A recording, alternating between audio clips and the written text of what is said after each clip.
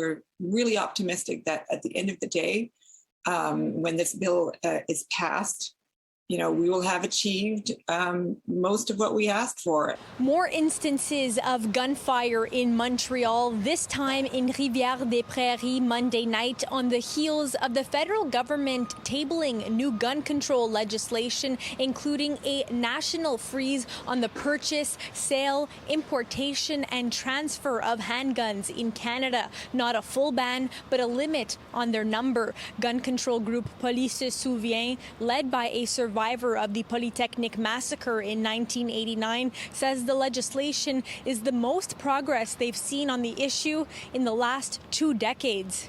This bill, which is ironically called C-21, the same one as the one we didn't like last year, puts forward really, historical measures, a freeze on handguns and a phase out, because then in a few generations, we won't have any more handguns in private hands.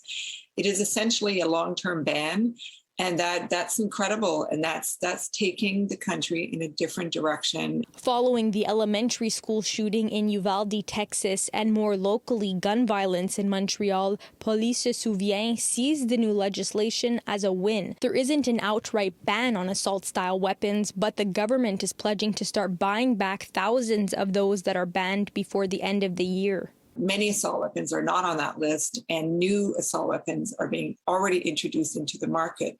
So that evergreen measure that we were hoping for is not in the bill.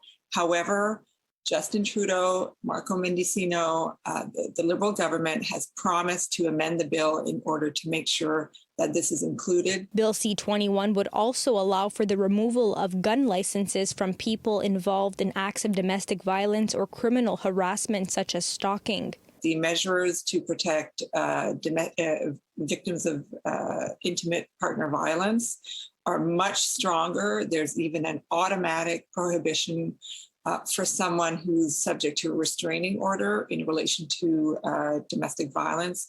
That's new. That exists in the United States, but it never existed in Canada. The gun control group is now calling on the provinces to get involved in the fight against gun violence.